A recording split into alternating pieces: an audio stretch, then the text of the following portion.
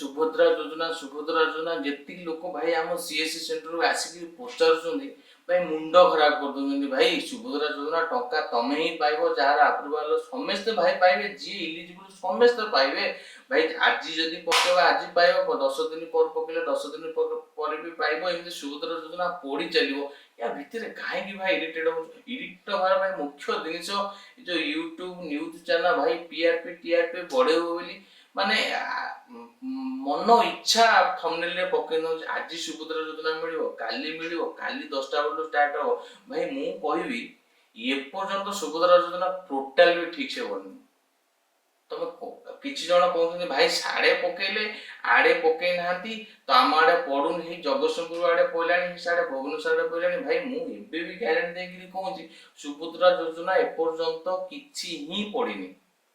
ତମେ ସୁଭଦ୍ରା ଯୋଜନା ପଡିଲେ ତମେ ଅଟୋମେଟିକ ଜାଣିବ, ପୋର୍ଟାଲ ଖୋଲା ହବ, ଲୋକ ଭିଡ ହବ। ଏପର୍ଯ୍ୟନ୍ତ ଆମ ସିଏସସି ସେଣ୍ଟର କଣ, ଆମର ମୋ ସେବା କେନ୍ଦ୍ର କଣ, କୋଉଠି ପଡେନି। ତମେ ଏତେ ବ୍ୟସ୍ତ ବିବ୍ରତ ହେଲେ ସୁଭଦ୍ରା ଯୋଜନା, ଆଉ ସୁଭଦ୍ରା ଯୋଜନା ତମର ଯଦି ଇଲିଜିବୁଲ ଥିବ, ତମେ ଯଦି ପାଇବ, ତ ପଇସା କଣ କିଏ ନେଇଯିବ? ଭାଇ ଆମେ ତ ବସଛୁ କେବଳ ପକେଇବା ପାଇଁ, ଆମେ କୌଣସି ଟଙ୍କାଟିର ମୂଲ୍ୟ ବି ଧାର୍ଯ୍ୟ ହେଇନି। ଆମେ ତ ଆପଣ ମାନଙ୍କୁ ପଇସା ନବୁନୁ, କିନ୍ତୁ ଆମକୁ କିଏ ଦବ, କେତେ ଟଙ୍କା ଦବ ଏପର୍ଯ୍ୟନ୍ତ ବି ଧାର୍ଯ୍ୟ କରାଯାଇନି। ଭାଇ କେମିତି ଫର୍ମ ପଡିବ ସେ ବିଷୟରେ ବି ଆମକୁ ଜଣାଯାଇନି। ସବୁ ଡିଷ୍ଟ୍ରିକ୍ଟରେ ଏପର୍ଯ୍ୟନ୍ତ ସିଏସସି ସୁଭଦ୍ରା ପୋର୍ଟାଲ ଟ୍ରେନିଂ ମଧ୍ୟ ଦିଆହେଇନି। ଖାଲି ସୁଭଦ୍ରା ଟଙ୍କା ପାଇବ ହେଲେ ଭାଇ ଉଚ୍ଚ ନଉଚ ଡକୁମେଣ୍ଟ ଦୁନିଆଦାରୀ। ତ ମୁଁ ତ ପୂର୍ବ ଭିଡ଼ିଓରେ ତ ମୁଁ କହିଥିଲି ଡକୁମେଣ୍ଟ କଣ ଦରକାର, ବର୍ତ୍ତମାନ ଡକୁମେଣ୍ଟ କଣ ଦରକାର, ତ ସବୁ ଜିନିଷ ମୁଁ ଅଲରେଡି କହିଛି। ଭିଡ଼ିଓ ଯାଏ ଦେଖ। ଇଏ ଫାଲତୁ ଚ୍ୟାନେଲ ଯୋଉ ଛାଡି ଦଉଛନ୍ତି ଖାଲି ଥମ୍ବନେଲ ଲେଖିକି, ତମେ ଥମ୍ବନେଲ ଦେଖିକିରି ଭାଇ ଆଇନ ସୁଭଦ୍ରା ଯୋଜନା ସିଏ ପାଇଲା, ଇଏ ପାଇଲା। ଭାଇ ଜଣିକିଆ 10 ଥର କଲ୍ କରୁଛନ୍ତି ଭାଇ ଆମେ ପକେଇଯାଉଛି। ଭାଇ ଫର୍ମ ଆସିନି, ତାର ପ୍ରୋସିଜର ଅଛି, ଫର୍ମ ଆସିନି। 17 ତାରିଖ ବି ଦରକାର ପଡ଼ିଲେ ଆମର ପୋର୍ଟାଲ ଯୋଉ ଅନଲାଇନରେ ଫର୍ମ ପକେଇବ, 17 ତାରିଖ ବି ଦରକାର ପଡ଼ିଲେ ସେ ପର୍ଯ୍ୟନ୍ତ ବି ପଳେଇବ ସୁଭଦ୍ରା ଯୋଜନା ଫର୍ମ ପକେଇବା ପାଇଁ ଅନଲାଇନରେ। କାହିଁକି ବ୍ୟସ୍ତ ହଉଛ? ବର୍ତ୍ତମାନ ଏଇଟା ଫିଜିକାଲ ଫର୍ମ ଦିଆହବ, ଅଫଲାଇନ ଫର୍ମ ଦିଆହବ, ଅଙ୍ଗନବାଡି କେନ୍ଦ୍ର ମାଧ୍ୟମରେ ଦିଆହବ। ଅଙ୍ଗନବାଡି କେନ୍ଦ୍ର ଦ୍ୱାରା ଡିଷ୍ଟ୍ରିବ୍ୟୁଟ କରିବେ ସବୁ ମାନେ ମହିଳା ମାନଙ୍କୁ ଡିଷ୍ଟ୍ରିବ୍ୟୁଟ କରିବେ। ତ ଆପଣ ଯଦି ଅଙ୍ଗନବାଡି କେନ୍ଦ୍ରରୁ ଫର୍ମ ପାଉନାହାନ୍ତି ତ ସିଏସ୍ ସେଣ୍ଟରରୁ ପାଇପାରିବେ, ମୋ ସେବା କେନ୍ଦ୍ର ସେଣ୍ଟର ପାଇପାରିବେ, ଆପଣ ବ୍ଲକରୁ ପାଇପାରିବେ। ତ ସହରାଞ୍ଚଳରେ ସେମିତି ତାଙ୍କ ଯୋଉ ରହିଲେ ୱାର୍ଡନ ରହିଲେ ତାଙ୍କଠୁ ପାଇପାରିବେ, ନହେଲେ ମ୍ୟୁନିସିପାଲିଟିରୁ ପାଇପାରିବେ।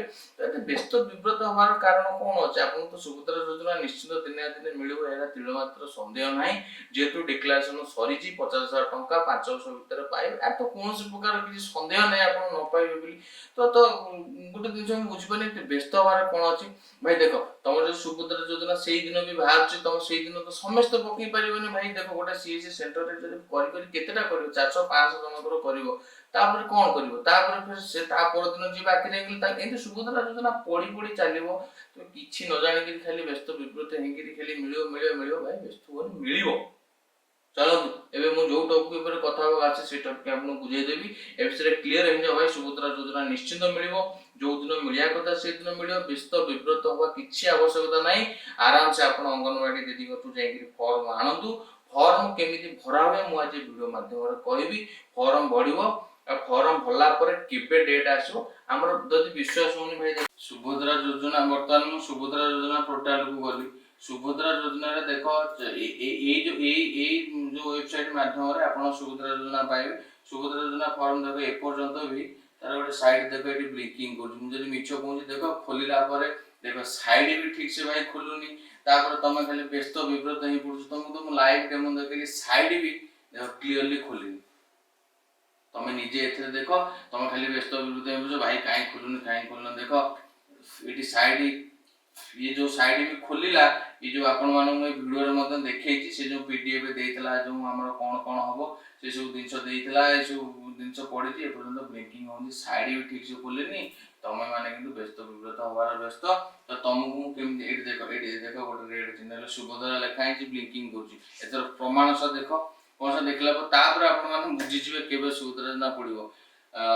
छाड़ा मु जो मेन टॉपिक ऊपर चलू, स्वागत करिया हम चैनल को। कस्टमर डेस्क सब समय रे आपण साथी रे आउ आपण देखिबे। मो चैनल को सब्सक्राइब करंतु भाई। वीडियोटी लॉन्ग होई पारे, कारण आपण मान को बुझिया दिनस, आपण मान जो व्यस्त विब्रत सेति पे हम वीडियोटा भाई राती पाखापाखि गोटे है मुझे आपको भिडियोटा बनाऊँगी ये आपने देखूँ बुझु आ जदि किसी बुझी पाना मत कमेंट माध्यम जनातु चैनल टी सब्सक्राइब भाई करूँ चैनल सब्सक्राइब न कले कहीं आपको वीडियो देखिए नेक्स्ट चैनल आगो चैनल सब्सक्राइब करूँ टॉपिक जी आगो चैनल टी सब्सक्राइब करूँ टॉपिक को जीवी मुझे चैनल को योजना विषय कहूँ आप सब्सक्राइब न मो चैनल सब्सक्राइब आगो सब्सक्राइब करूँ टॉपिक को जीवी टॉपिकटा या रहिबो चलतु आपन सब्सक्राइब करंतु न करंतु कि मो कर्तव्य कर चली तेणुक आप हाथ में कथा लाइक टे दे देवे कमेंट टे कले करेंगे ना सब्सक्राइब कले करेंगे कि मो कर्म कर चली तेणुक आप आशीर्वाद मोर बहुत मात्रा लुड़ा तो आप चलतु ये विषय मुझे कहि प्रथम सुभद्रा योजना फॉर्म केमी भरवा कौन करा से विषय मुझे पीडीएफ माध्यम देखी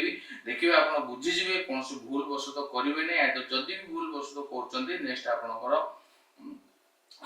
फॉर्म टी कटि जापे तो मत दोष देवे ना पर चलो जी आम बर्तमान पीडीएफ फाइल से बर्तमान देखा से केमी कौन तार फॉर्म टी अप्रूवाल होउची।